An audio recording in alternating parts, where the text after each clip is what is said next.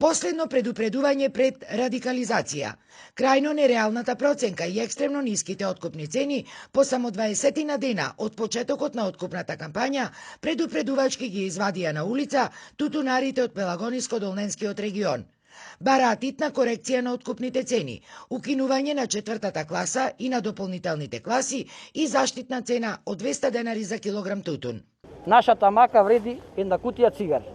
Станување во 2 сато, целодневна работа вреди 100 денари. Кило тутун ни се зема за 100 денари. Се проценува во 3-та и 4-та класа, одбитоци 10 на 100. Луѓето одбива да го дават, не може да ги покријат ни собствените трошоци. Не кошта 150, ни го зема за 120. Изјавата на министерот дека сега е ковид криза и почеток не е релевантна. Значи не е почеток и не е то како стратегија не држи место. Со тоа не се решава проблем.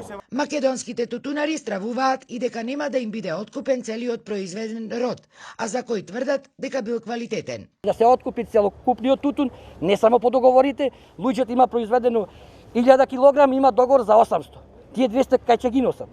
Значи да се одбитоците максимум 5% во сите класи. Да не се цени тутун на 5 лисја во пакетите. Да се гледа купната маса на тутун во пакетот.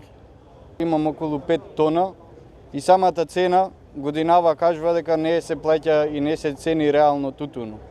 Не може да биде со толку лош квалитет кој сите знаеме каква година имаше. Значи тутунот нас не ни се цени реално. Не може преку 10 ливчина да го оцени цела кутија тутун. Значи годинава е катастрофа. Кога ги вклучувавме договорите, не беа намалени количините на тутун што требаше да ги однесиме.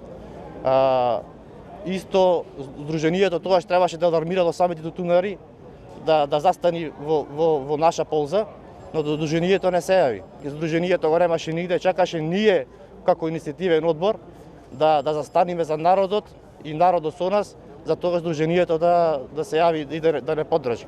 Од иницијативниот одбор уверуваат дека тие се самоорганизирале преку Фејсбук и дека зад нив стои единствено нивната мака, без никакви партиски елементи. Тие додаваат и дека доколку од утре не се промени нешто, протестите ќе се радикализираат низ целата земја.